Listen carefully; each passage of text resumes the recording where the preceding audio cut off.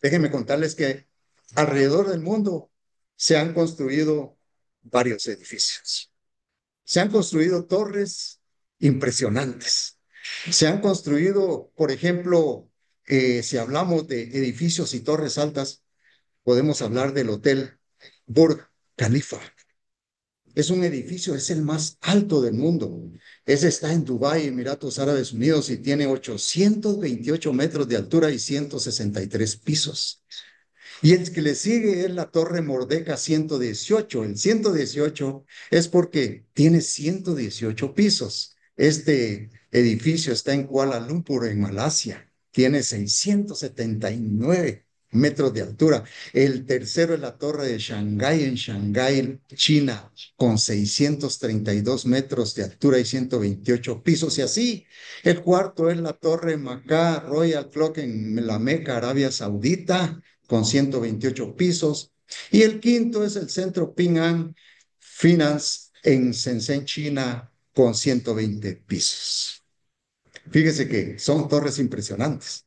Actualmente existen 16 torres y edificios que tienen más de 450 metros de altura y cuentan con más de 100 pisos. Según los estudiosos de la palabra de Dios, teólogos, arqueólogos, arquitectos, entre otros, que han estudiado la Torre de Babel, dice que alcanzó una altura de 60 a 90 metros de altura. Eso lo hacen a través de estudios. Ahí está mi hermano Marlon, ¿verdad? Dice que es por el peso que puede aguantar el adobe que hacían en ese tiempo. Dice que a lo más, esa torre había sido levantada a unos 60 a 90 metros de altura. Y se dejó de construir debido a que Dios esparció a toda la población confundiéndole su lengua e idioma. Así lo dice Génesis 11:8. Usted lo puede consultar ahí porque está cerquita donde vimos en Génesis 11:4. Dice, de esta manera el Señor los dispersó desde ahí por toda la tierra, por lo tanto dejaron de construir la ciudad. Todos los que construían la torre de Babel hablaban un solo idioma y formaban un solo pueblo. Y Dios vio que era solo el comienzo de sus obras. Además de que todo lo que se proponían lo podían lograr. Así lo dijo Dios en la palabra de Dios en Génesis 11:6. Por eso es muy importante que tenga su Biblia ahí a la par. Génesis 11:6 dice, entonces el Señor dijo, todos forman un solo pueblo y hablan un solo idioma. Esto solo es el comienzo de sus obras y todo lo que se propongan lo podrán lograr. Dios sabía que los habitantes de la tierra no podrían llegar al cielo, literalmente dicho, sino que el cielo al que ellos querían llegar era algo diferente. Y eso es lo que vamos a estudiar, como lo vamos a explicar. Pero la gran pregunta que viene es, ¿por qué a Dios no le agradó que el pueblo se comportara de esa manera, al extremo de que les cambió el idioma para que no se entendieran, los esparció por toda la tierra, para que no lograran su cometido? Así dice Génesis 11:9, ahí lo puede leer usted también, en donde dice, por esto fue llamado el nombre de ella Babel, porque ahí confundió Dios, Jehová, el lenguaje de toda la tierra, y desde ahí los esparció sobre la faz de la tierra. El propósito de este tema es en primer lugar contestar esa pregunta. Y en segundo lugar, que comprendamos que apartarnos de los decretos de Dios nos puede llevar a tomar caminos y decisiones que a Dios no le agradan. Ese es el propósito. Y lo vamos a aprender a través de este pasaje tan precioso que Dios nos dejó para nuestro aprendizaje. Vamos a primer lugar, ¿qué significa Babel? En la Biblia, Babel es un nombre que significa confundir. La misma Biblia lo aclara ahí, en Génesis 11:9, que también lo puede ver ahí. Dice, por esto fue llamado el nombre de ella Babel, porque ahí confundió Jehová el lenguaje de toda la tierra. Entonces, el significado de Babel es confundir. cuyo origen proviene del verbo hebreo balal. Se cree que Babel podría estar relacionada con la ciudad de Babilonia o con un templo llamado Babilú, que significa puerta de Dios. Fíjese que después del diluvio universal, que usted lo puede ver cuando salieron del arca, lo puede ver en Génesis 9. Ahí puede ver usted, después del diluvio universal, Dios bendijo a Noé y a sus hijos. Ahí en Génesis 9:1 los bendijo. Dice la palabra de Dios que los bendijo. Y se estableció un pacto con ellos y sus descendientes para no exterminar la tierra, toda carne con agua, dice, de diluvio. Ahí lo puede ver usted en Génesis 9:11. Dejando como señal su arco puesto en las nubes. Ese arco iris que usted mira, ese arco de colores tan precioso, ese es un recordatorio, esa es una señal que Dios dejó para no volver a destruir, a exterminar a toda carne por medio de un diluvio. Eso lo puede ver en Génesis 9:13. Y volvemos a Génesis 11:2. Ahí dice que son los descendientes de Noé. Génesis 11:2 dice que son los descendientes de Noé. Desde Génesis 9, entonces empieza a detallar cuáles son los descendientes, va en progreso. Y en Génesis 11 dice que ahí estaban los descendientes de Noé, que eran los habitantes de la tierra.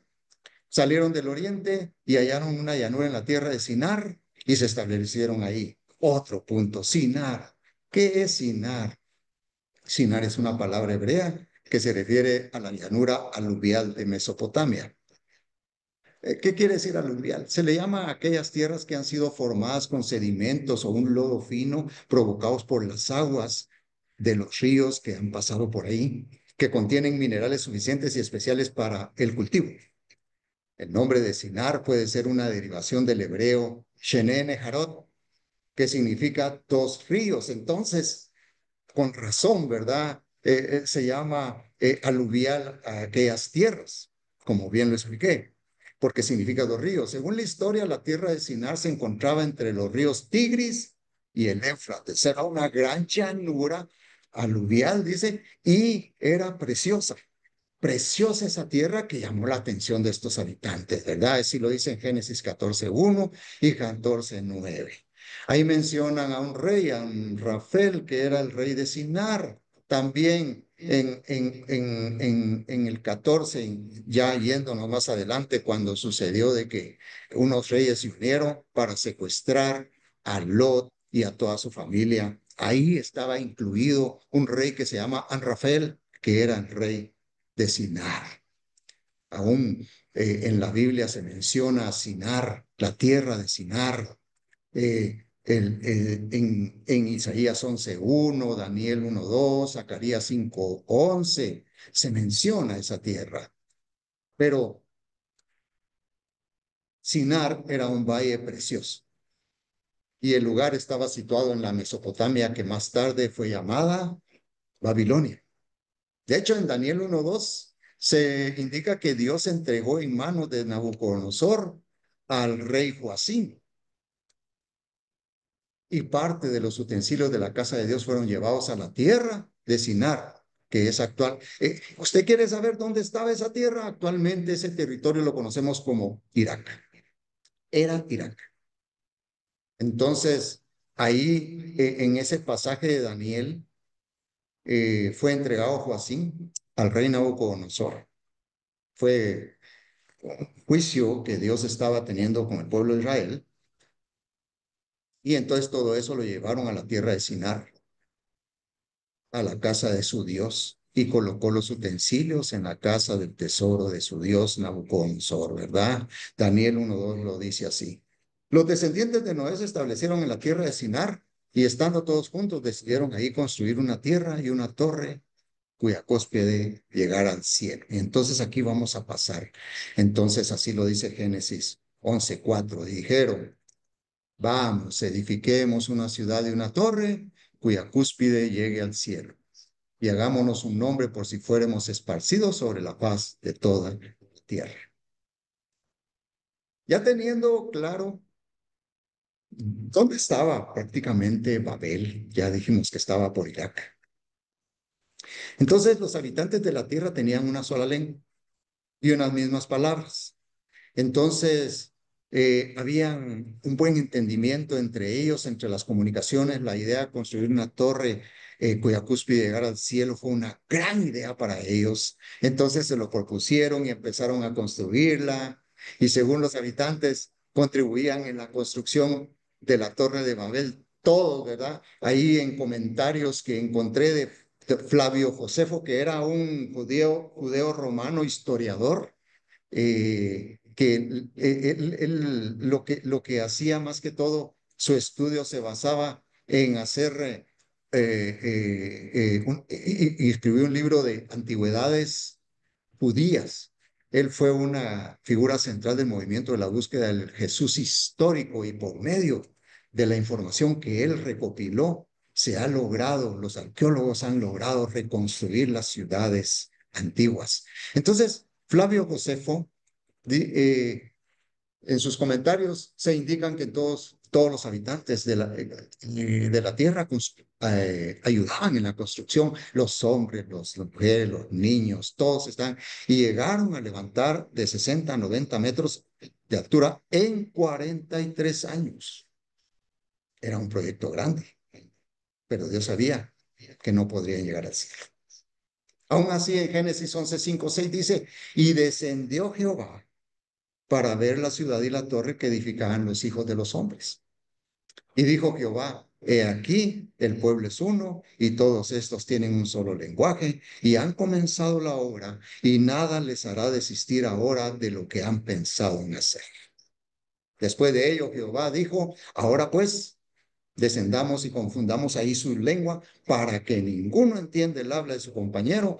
Así los esparció Jehová desde ahí sobre la faz de toda la tierra, y dejaron de edificar la ciudad. Génesis 11, 7, 8. ¿Qué fue lo que a Dios no le agradó para que descendiera y confundiera la lengua de los habitantes de la tierra para que ya no siguieran con la torre? E hizo que se esparcieran sobre toda la tierra. En la segunda parte de Génesis 11:4 podemos encontrar esa respuesta. Mire qué precioso. Ahí en la segunda parte dice, hagámonos un nombre. Hagámonos un nombre. ¿Qué es hacerse un nombre? Hacerse un nombre significa ganarse el reconocimiento de los demás por medio de uno o varios logros.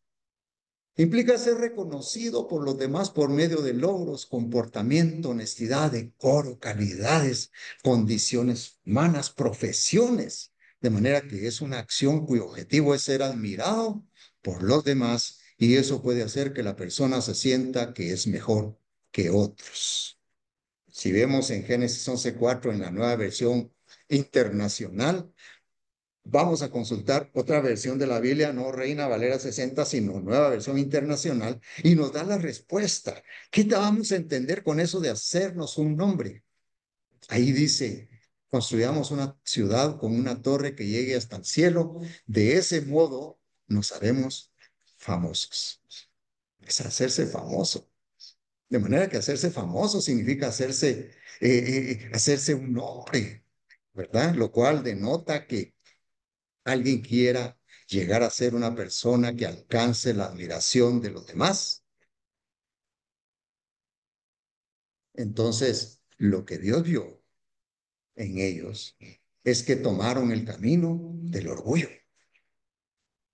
Consultando el diccionario de la lengua española, encontramos que el orgullo es definido de la siguiente manera, y va a ver usted la comparación: sentimiento de satisfacción por los logros encontrados digamos, diccionario de la lengua española, el diccionario de la lengua española dice que el orgullo es definido como sentimiento de satisfacción por los logros, capacidades o méritos propios o por algo en lo que una persona se siente concernida. Pero lo que me llama la atención es la segunda sección que dice arrogancia, vanidad, exceso de estimación propia, que suele conllevar sentimiento de superioridad, amor propio, autoestima. Fíjese que el orgullo es un sentimiento que puede llegar a destruir a una persona porque causa ceguera. Ya no ve las cosas, no puede ver la realidad de las cosas. Alguien que está muy orgulloso, o sea, se siente por encima de los demás, mira por encima de los hombros a los demás, está ciego. No puede ver la realidad de las cosas, sino que solamente las ve para su beneficio y nada de lo que la otra gente haga es bueno, sino solamente sus ideas y sus pensamientos. Tanto así que los sinónimos que encontramos de orgullo, busqué los sinónimos y dice, encontramos, fíjese que son por logros o méritos que dan satisfacción,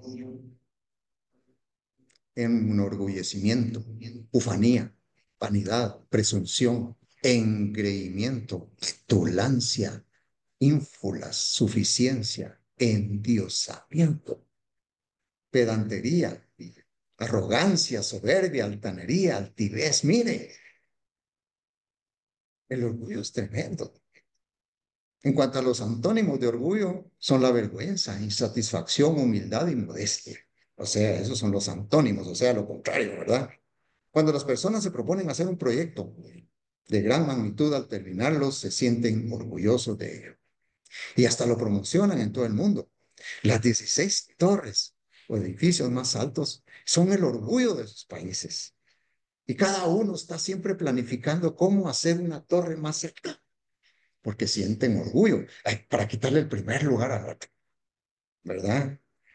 Me recuerdo cuando fueron destruidas las dos torres gemelas, el World Trade Center. Muchos decían, algunas personas decían, hoy sí le pegaron duro al orgullo de Estados Unidos, ¿verdad? Al orgullo de Estados Unidos, a esas torres las derribaron. Hasta nosotros cuando construimos nuestra casa nos sentimos orgullosos, ¿verdad? Hacemos algunos detalles bonitos en la casa, entonces cuando la terminamos, la decoramos bien bonito y todo eso, invitamos amigos para que lleguen a comer, a familias, con el objeto de enseñarles la casa, para que digan, wow, vos qué bonita te quedó la casa. Así, hermano, no se los digo porque sea un ejemplo que haya buscado yo, sino que es mi testimonio. Yo hice una casa. Yo le puse pilares, yo le puse adornos, yo le puse muchas cosas que están un dinero, pero yo los quería en esa casa. Y al terminarla, llevaba a personas, los invitaba a comer para que admiraran. Y entonces daba el motivo de explicar, ¿verdad? Uno decir, sí, fíjese que aquí lo hice así, así allá. Oh, sí, el orgullo pega duro, pero todavía no ha llegado al nivel de daño, ¿verdad? Porque hay veces que nos enorgullecemos por los éxitos que obtienen nuestros hijos. Nos sentimos agarrados, ¿verdad? Y decimos, pero lo malo no es sentirnos alegres por esos éxitos, sino que decir, bueno, mis hijos ahora son mejores que los tuyos. Mis hijos ahora tienen un grado académico más alto que los tuyos. Eso ahí ya es el orgullo, es el que está saliendo adelante, ¿verdad? Entonces, Génesis 11:4 nos dice, para hacernos un nombre. Ese tipo de orgullo es el que a Dios no le agrada, ese que cega, ese orgullo. En Génesis 11:5 dice, descendió Jehová para ver la ciudad y la torre que edificaban los hijos de los hombres, porque estaba viendo eso, ¿verdad? Eso era el tope de ellos, ¿verdad? Hacer una torre tan alta para poner un nombre, para poner un legado, para que los admiraran, para que había muchas cosas. El término hebreo que define la palabra orgullo es gaón. Gaón, fíjese, gaón, en donde gan se refiere al orgullo. En hebreo rabínico, Gaón se refiere a un hombre de grandes conocimientos, por lo que un Gaón encabeza las academias rabínicas de Susa, encabezaba pues las academias rabínicas de Susa y Pumbavita de Babilonia, siendo el Gaón Saadía uno de los más destacados por ello. En sentido positivo, Gaón, como el verbo quiere decir excelencia, quiere decir majestad, la majestad de Dios, ¿verdad? Excelencia. Pero la mayoría de los usos de Gaón son negativos. lastimosamente son negativos, ya que expresan el orgullo humano como antónimo de humildad. Ahora, el sinónimo es humildad. Humildad es el antónimo de humildad es orgullo. Por ejemplo, en Proverbios, Gabón equivale a soberbia, arrogancia, conducta malvada y lengua perversa.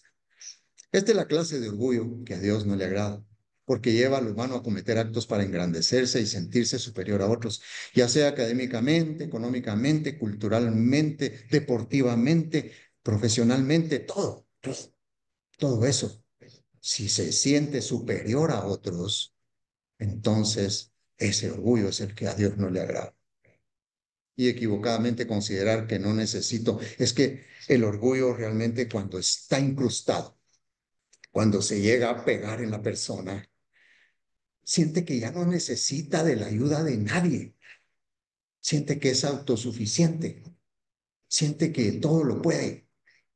Y lo peor, es que puede llegar a pensar que no necesita ni la ayuda de Dios. Me recuerdo bien, se recuerda cuando salió, y es histórico, ¿verdad? Ese barco, el Titanic, ¿qué dijo? ¿Qué declaró alguien? Dijo, ese orgullo se agarró de él y dijo, este barco es tan fuerte que ni siquiera Dios lo puede hundir.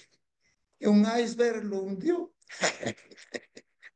Entonces, vamos a que el orgullo cega, el orgullo pone. Mire, Santiago 4:6 dice, pero Él da mayor gracia. Por eso dice, Dios resiste a los soberbios y da gracia a los humildes. Dios se opone al orgullo, pero ofrece gracia a los que optan por la humildad. Tantos versículos bíblicos que hay acerca de la soberbia y cómo Dios no le agrada. Proverbios 11:2 dice, cuando viene la soberbia, viene también la deshonra, mas con los humildes está la sabiduría. Primero Juan 2:16 dice, porque todo lo que hay en el mundo, los deseos de la carne, los deseos de los ojos y la soberbia de la vida, no provienen del Padre, sino del mundo. Quinto versículo, Isaías 2:11 dice, los ojos altivos del hombre serán humillados y la soberbia del ser humano será postrada. Solo el Señor será enaltecido en aquel día. Proverbios 16:5 dice, en una traducción del lenguaje actual, un lenguaje más comprensible, dice, Dios no soporta a los orgullosos. Y una cosa es segura,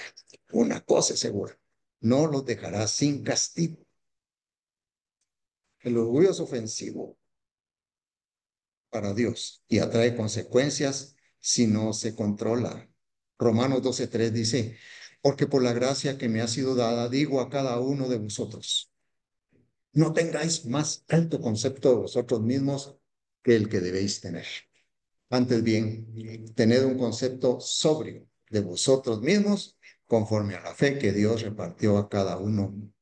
El apóstol Pablo nos aconseja evitar la prepotencia, fomentando una visión equilibrada de nosotros mismos, porque el orgulloso es prepotente.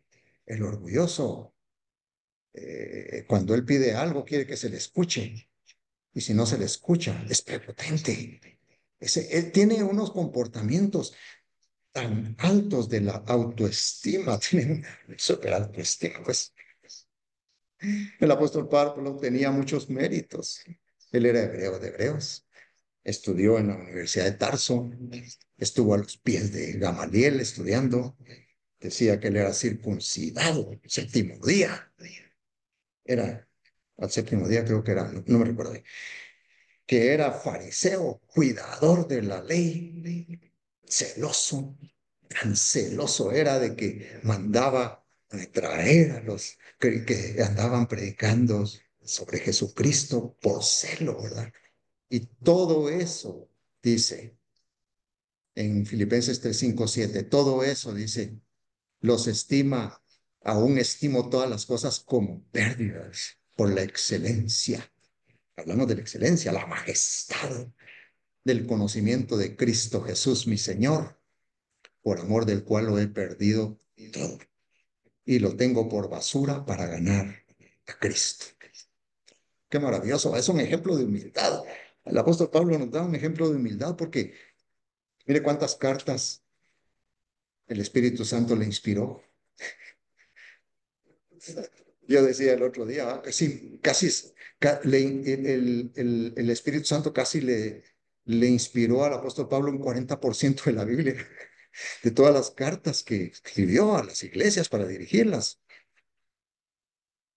Y este versículo precioso que dice Proverbios 16, 18 nos llama la atención, nos trae y nos dice, antes del quebrantamiento es la soberbia y antes de la caída la altivez de espíritu.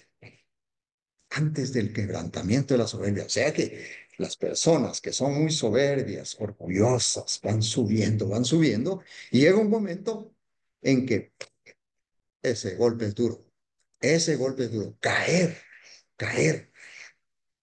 La altivez de espíritu, dice el Señor. La soberbia lleva a la perdición, por lo que se nos advierte que debemos mantenernos humildes y evitar la arrogancia. Quiero poner un ejemplo, así rápidamente. Fíjese que la palabra de Dios habla del rey Nabucodonosor. En un momento determinado, ¿verdad? Eso lo podemos encontrar en Daniel 4:30.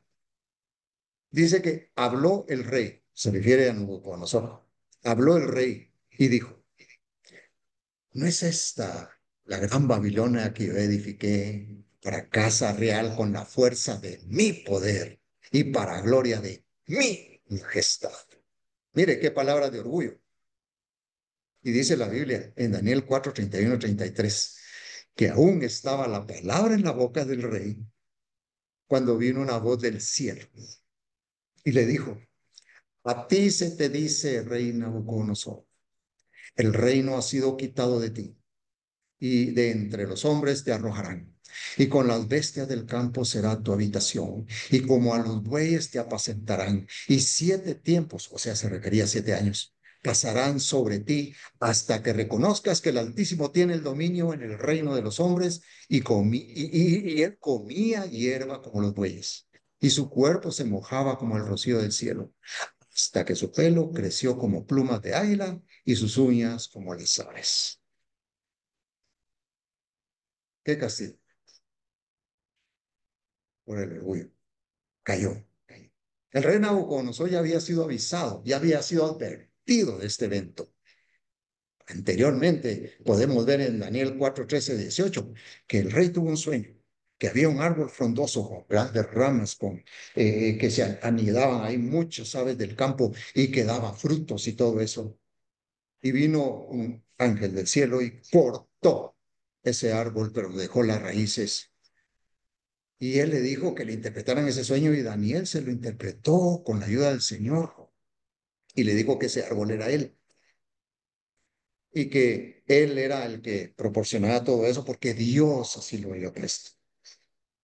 Pero que a la hora de un momento determinado ese árbol iba a ser cortado y él iba a ser cortado, ¿verdad? Y iba a ser enviado para vivir con las bestias del campo. Y él se le olvidó, se le olvidó. Y el orgullo llegó cuando salió hacia aquellos jardines de Babilonia. ¿Se recuerdan? Es una de las 7 maravillas, creo yo, del mundo, los jardines, ¿sí? Que había. Y él le entró orgullo en su corazón. El rey Nabucodonosor pasó 7 años como un animal. Así lo decretó Dios. Y así quedó registrado en Daniel 4:32. Y así sucedió hasta que él reconoció. Y le fue restablecido su reino. Pero pasó por ese momento en donde su soberbia subió y vino su caída. A Dios no le agrada el orgullo en las personas, porque esa soberbia hace que actúen sin su consentimiento. Y lo más delicado es que ese orgullo o soberbia nos puede llevar al siguiente nivel, que es la rebelión. Porque ya cuando estamos en esa situación, ¿verdad? Sin consultar al Señor, no llegaron a decirle, Señor, ¿te parece bien que hagamos esta torre? ¿Se parece bien que nos pongamos aquí en este lugar? No, nada de eso, sino que lo hicieron por su propia cuenta. Así, cuando ellos estaban construyendo esa torre, entonces vino y derivado de ese acto, llegó a la rebelión. La rebelión, ¿por qué? Es la acción y efecto de rebelarse, especialmente contra una autoridad, dice el diccionario de la lengua española, de la Real Academia. Los sinónimos de rebelión son sublevación, insurgencia, insurrección, levantamiento, alzamiento, sedición, pronunciamiento, revuelta, motín y revolución. El significado de rebelión proviene de la palabra rebeldía, es del hebreo maraj, que significa rebelar o contender. Y tiene que ver con el conflicto que provoca la arrogancia, tal y como lo explica Isaías 3:8. Dice, pues Jerusalén ha tropezado y Judá ha caído, porque su lengua y sus obras están contra el Señor, rebelándose contra su gloriosa presencia. Concretamente, el vocablo maraj connota casi siempre una actitud de rebeldía contra Dios. Y la acepción principal de maraj es desobedecer. Y esto no se puede encontrar en esto se puede encontrar en varios pasajes. Solo miremos Deuteronomio 9:7, dice que se refiere a la rebelión de Israel. Dice, acuérdate, no olvides que has provocado la ira de Jehová tu Dios en el desierto, desde el día que saliste de la tierra de Egipto hasta que entraste a este lugar, habéis sido rebeldes a Jehová. Ahí quedó registrado. Mire, la rebeldía es algo que en pocas palabras significa desobediencia a Dios. Bíblicamente, rebelión es desobediencia a Dios. Y se considera que es un pecado grave, porque puede provenir del orgullo y la arrogancia y nos aleja de Dios. Por eso, a Dios no le agradó eso. A Dios no le agradó que tomaran ese camino de orgullo, porque entonces iban a pasar al siguiente nivel los habitantes de la tierra. Vemos a través de pasajes de la Biblia que la rebeldía trae muerte, porque al desobedecer las instrucciones de Dios, lo que sucede es que salimos de su cobertura, es decir, que salimos del reino de la luz y nos pasamos al reino de la oscuridad. Hablemos de la Torre de Babel. Dios hace ver que después del orgullo puede venir la rebeldía si la persona no se arrepiente de sus malas acciones y actitudes de orgullo. En la segunda parte de Génesis 11:4, volvemos otra vez a Génesis 11:4. En la segunda parte usted puede ver que dice después, y hagámonos un nombre, pero dice, por si fuéramos esparcidos sobre la faz de toda la tierra. Al leer la cita, podríamos pensar que no hay nada de malo en esa idea. Pero ¿qué tiene de malo? Porque los descendientes de Noé habían escuchado de sus ancestros que Dios los había librado de un diluvio que destruyó todo ser viviente sobre la tierra, incluyendo al ser humano, viviendo solamente Noé y su familia. Cuando fue el diluvio, tanto estuvo Noé en lo que estuvo construyendo el arca y predicándoles a todos, y había gran maldad sobre la tierra, que Dios mandó un diluvio y solo se salvó Noé y su familia. Estos habitantes de la tierra podrían haber pensado hacer la torre tan alta por si viniera otro diluvio, o para ver como un atalaya desde allá arriba, a ver si no venía un peligro de enemigos, alguna invasión. Pero los descendientes de Noé se situaron en la tierra de Sinar y construyeron ahí una gran ciudad para quedarse todos juntos y no separarse. Sin embargo, aquí viene la cosa. Dios ya había pactado con Noé que no enviaría ya más un diluvio. ¿Por qué hacer una torre? Ya lo había dicho, que no iba a exterminar ya más toda carne sobre la tierra. Ya no mandaría diluvio, es más, es un pacto. Es pacto de Dios, siempre los cumple. Nosotros los humanos pues hacemos pactos y ni esos cumplimos. Hasta firmamos en escrituras, firmamos en cuestiones y no los cumplimos, pero Dios no. Dios no es hombre para que mienta, ni hijo de hombre para que se arrepienta. Dios cumple sus pactos. Entonces, había hecho ya un pacto con Noé y con sus descendientes. En Génesis 9:9 dice, he aquí yo establezco mi pacto con vosotros y con vuestros descendientes después de vosotros. Pero Dios también, además de eso, dio una orden. Dio una orden. En Génesis 9:7 encontramos que dice, mas vosotros fructificad y multiplicaos, procread abundantemente en la tierra y multiplicaos en ella. Si no quedó tan claro, pues miremos la traducción en lenguaje actual. Lo que yo quiero, dice Dios, es que ustedes tengan muchos hijos y que sus descendientes llenen la tierra. Es una orden, es un decreto. No obstante, la orden de Dios, los descendientes de Noé lo que hicieron fue asentarse en la tierra de Sinar y ahí empezaron a hacer una ciudad, todos juntos para no moverse de ahí. ¿Y cuál era su deseo? Lo que decían era, en la segunda parte de 11:4 dice, por si fuéramos esparcidos sobre la paz de toda la tierra. Ellos querían quedarse juntos, no querían obedecer, y eso se llama rebeldía, porque es desobediencia a Dios. Matthew Henry, un teólogo del año 1700, comenta él que dice, con ello esperaban hacerse un nombre y dar a conocer a la posteridad que habían existido tales hombres en el mundo. Querían legar este monumento de su orgullo y de su ambición y de su insensatez. El caso es que no hallamos en ningún libro de historia ni un solo nombre de estos edificadores de Babel. Ciertamente, en la Biblia miramos que solo está el pasaje donde construyeron la Torre de Babel y no están los nombres de quienes los construyeron. Algo muy importante, Dios dejó que los descendientes de Noé construyeran la Torre de Babel por 43 años. Les dio oportunidad de arrepentirse, de recapacitar de su mala obra, pero no lo hicieron. Y entonces Dios descendió para confundir las lenguas. Lo que podemos ver es que la voluntad decretada de Dios era que los descendientes de Noé se multiplicaran y se esparcieran por toda la tierra. Y aunque desobedecieron la orden de Dios, al final fueron esparcidos sobre la faz de la tierra, cumpliéndose la voluntad decretada de Dios, porque al final Dios confundió las lenguas y fueron esparcidos. Se tuvieron que ir por todos lados para cubrir la tierra. Proverbio 19:21 nos dice, muchos son los planes en el corazón de las personas, pero al final prevalecen los designios del Señor. Muchos son los planes, dice la Reina Valera 2015, que hay en el corazón del hombre, pero solo el propósito del Señor se cumplirá.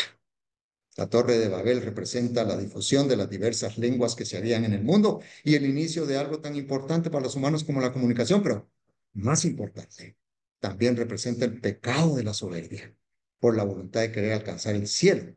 Ese cielo que ellos querían alcanzar, pero que ese cielo era algo que ellos querían legar. Ellos no era el propósito llegar hasta el cielo con Dios porque eso es imposible. Solo hay una forma de llegar al cielo con Dios y es recibiendo a Jesucristo en nuestro corazón como nuestro Salvador y teniendo una vida santa, santificada para esperar la venida del Señor y que Él nos lleve hasta allá porque Él es el que nos va a transportar. Pero ¿quién fue el promotor de la construcción de la Torre de Babel? Miren, Génesis 10, la Biblia habla y describe a los descendientes de Noé. Tuvo 3 hijos, Sem, Cam y Jafet. Cam tuvo un hijo, entre todos los hijos, un hijo que se llamaba Cus, y este engendró a Nimrod. De los descendientes de Noé, no hay descripción de la Biblia de cómo fueron ni lo que hicieron, excepto Nimrod. De Nimrod dice, y Cus engendró a Nimrod. En Génesis 10:8-12 lo puede encontrar. Quien llegó a ser el primer poderoso en la tierra, este fue vigoroso cazador delante de Jehová, por lo cual se dice, así como Nimrod, vigoroso cazador delante de Jehová. Y fue el comienzo de su reino Babel, Erec, Accad y Calné, en la tierra de Sinar. De esta tierra salió para Asiria y edificó Nínive. Fue a edificar Nínive, un pueblo que llegó a ser tan pecador que iba a ser destruido. Mire, el historiador Flavio Josefo, judeo romano, también describe a Nimrod como un rey tirano que trató de apartar al Estado de la religión y quien había construido la torre. En su libro, don Flavio Josefo llama a Nimrod como Nebrodes y dice que paulatinamente convirtió su gobierno en una tiranía, viendo que la única forma de quitar a los hombres el temor a Dios era el de atarlos cada vez más a su propia dominación. Según el historiador, Nimrod afirmó que si Dios se proponía ahogar al mundo de nuevo, mire lo que les metió a los habitantes de la tierra, Haría construir una torre tan alta que las aguas jamás las alcanzarían. Y la multitud estuvo dispuesta a seguir los dictados de Nimrod y a considerar una cobardía someterse a Dios. Los escritos rabínicos derivan el nombre Nimrod del verbo hebreo marad, que significa rebelarse. Por su nombre entonces, ¿verdad? Ya era el nombre de rebelarse.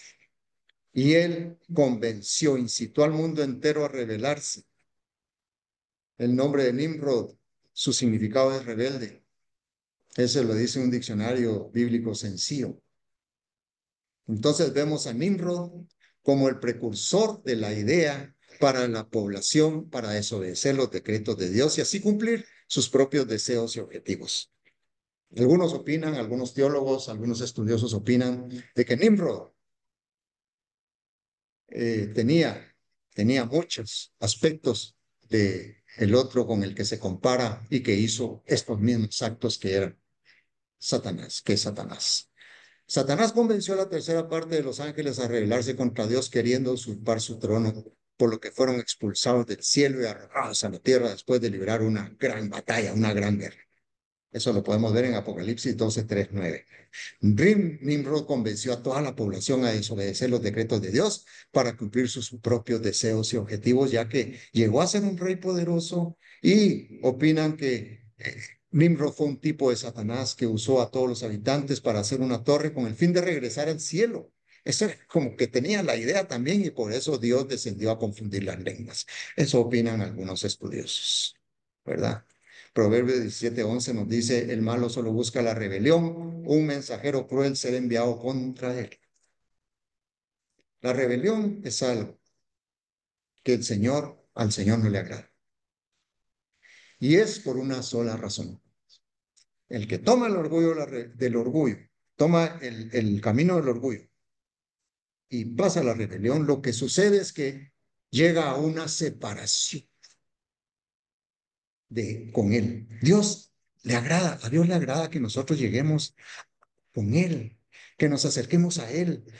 Él incluso quiere estar con nosotros. Tanto así que el nombre de Jesús, su significado es Dios con nosotros. Él quiere estar con nosotros. Él quiere que nosotros estemos con Él.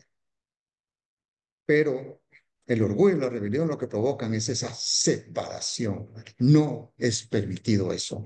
El orgullo y la rebelión pueden impedir que un creyente prospere en su vida espiritual y traducirse en su vida normal. Pero la buena noticia es que a través de la sangre derramada por nuestro bendito Salvador Jesucristo, una persona rebelde todavía puede tener acceso a Dios a través de la confesión de sus pecados y transgresiones, para recibir perdón y dejar las cosas viejas e iniciar con una nueva vida en Cristo Jesús. No dejemos que el enemigo cause esta separación. No dejemos que el orgullo entre en nuestra vida, porque eso nos lleva también a la rebelión y a la separación de Dios, con Dios.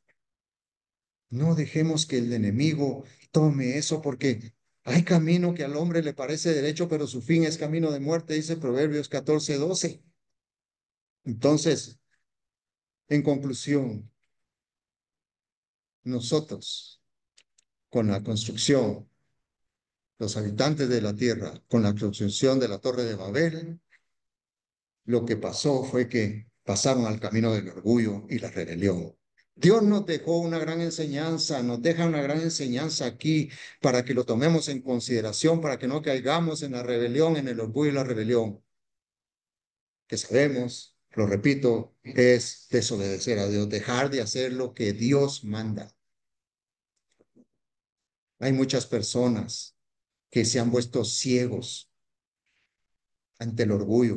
Y no lo digo nada más en el mundo, también en el ámbito cristiano. Yo predico mejor, yo tengo más estudios teológicos que otros. Y puede caer. Como creyentes debemos entender claramente que a Dios no le agrada el orgullo en las personas y la Biblia nos da claros ejemplos de lo que ha pasado con aquellos cuyo orgullo los ha vuelto ciegos. La rebelión es un pecado grave porque prácticamente es la desobediencia a los mandatos de Dios, lo que trae como consecuencia la muerte. Sin embargo, si el rebelde se arrepiente de los pecados de sus malas acciones y las confiesa a Jesús, Él perdonará sus pecados y lo librará de toda maldad para otorgarle la oportunidad de ser libre de sus pecados y recibir una nueva vida que es la vida eterna. Hermano, amigo, si en esta oportunidad este mensaje, esta prédica ha tocado su corazón y tal vez puede examinar su corazón y dice, wow, yo estoy haciendo esto, yo la verdad es que no quisiera caer en eso. Hoy es el día de salvación. Hoy es el día en que usted puede pedir perdón al Señor. Hoy es el día en el que el Señor puede perdonar sus pecados y limpiarnos de toda maldad. Todo es que se acerque, todo es que le brinde y le abra su corazón y le diga, entra a mi ser, Señor Jesús. Vengo delante de ti para pedirte que perdones mis pecados. Me arrepiento de haberlos cometido, Señor, y te pido que tú los perdones. Confieso que creo en ti, que viniste a la tierra, habitaste entre nosotros, moriste en la cruz, fuiste sepultado y al tercer día resucitaste y ahora estás a la diestra de nuestro Padre Celestial. Jesús, hazme un hijo de Dios y cambia, transforma y orienta mi vida hacia el cumplimiento de tu perfecta voluntad. Quita de mí, Señor, la rebeldía y el orgullo y permite que pueda aprender y practicar la humildad. Te doy gracias por perdonar mis pecados, Jesús. Y ahora me levanto como una nueva criatura, dejando atrás todas las cosas viejas y empezando una nueva vida, haciendo cosas nuevas en el nombre poderoso de Jesús. Amén y amén.